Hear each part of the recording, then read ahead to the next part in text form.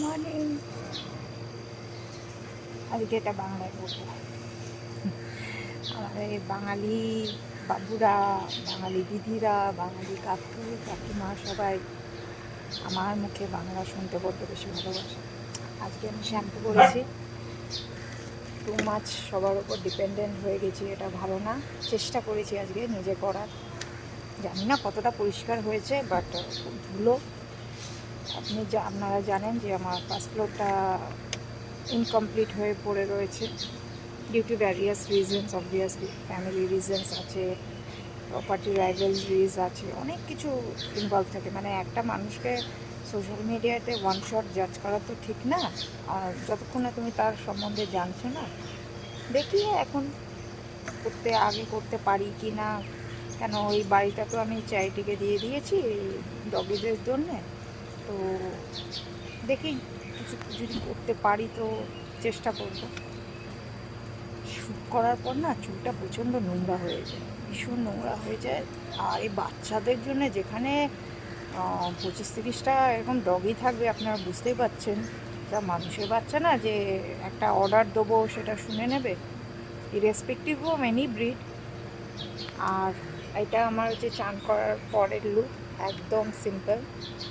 হ্যাঁ, এটা নিয়ে প্রশ্ন হবে যে আমি এটা পড়েছি কিনা। আমি আগেই বলেছি যে মঙ্গল, শনি, বৃহস্পতি আমি এটা পড়ি, তো এর থেকে বেশি আমার কিছু বলার নেই। তবে ব্যাস ভাল লাগে পড়তে, ভাল লাগে পড়তে।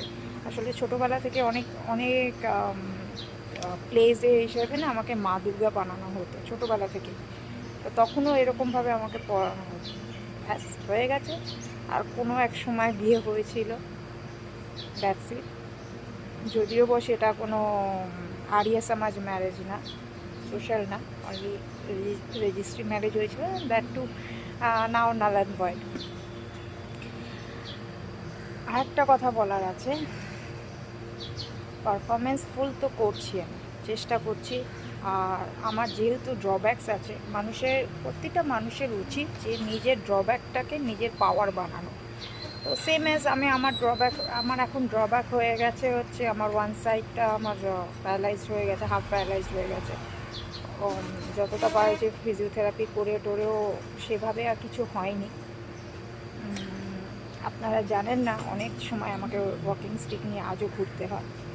বাট আমি এক্সপ্রেশন, যেহেতু আমি ছোটোবেলা থেকে, মানে আমি একটা পোস্ট লিখেছিলাম, জানি না আপনারা কজন দেখেছেন, যে আমার আমার বাবা মা দাদু দিদা বলতো যে আমার তখন বোধহয় হার্ডলি 11 মাস বয়সে, মানে 1 বছরও হয়নি। হ্যাঁ ঠিক আছে, 11 মাস বয়স, 1 বছর। শুনে নিয়েছি আমি। তো 11 মাস বয়স। তো সেই সময় আমি খাটের ছত্রে, আগেকার দিনে সেই রাজাদের যে সব খাট হতো, যেমন আমার দাদুর বাড়িতে আছে অ্যান্টি, তো খাটের ছত্রি ধরে আর মায়ের কোনো শাড়ি একটা টুকরো নিয়ে, হয়তো অনেক ছেঁড়া শাড়ি পরে রয়েছে, এবং টুকরোটাকে কোমরে বেঁধে, রামতেরি গঙ্গামেলি তখন রিলিজ হয়েছিল, তখন নাকি ওই গানটার ওপর নাকি কুকুর ভেঙে ভেঙে ঠিক দাঁড়াতেও পারতাম না। তো সেই সময় সুন সাই বা সুনটাকে বলতে পারতাম না, তুন তাই বা তুন, তুন তাই বা তুন, এরমভাবেও করতাম। তা সেটাই এখন আস্তে আস্তে আস্তে বড় গ্রো আপ হলাম। তারপর মেসে পার্টিগুলোতে আপনাদের সাথে আমি আগে প্রিয়াঙ্কা চৌধুরী পেজে প্রচুর পার্টির ছবি শেয়ার করেছিলাম। আমি যদি আবার ফটোগুলো পাই পাপার আলমারিতে, আমি বার করে আপনাদের সাথে শেয়ার করব।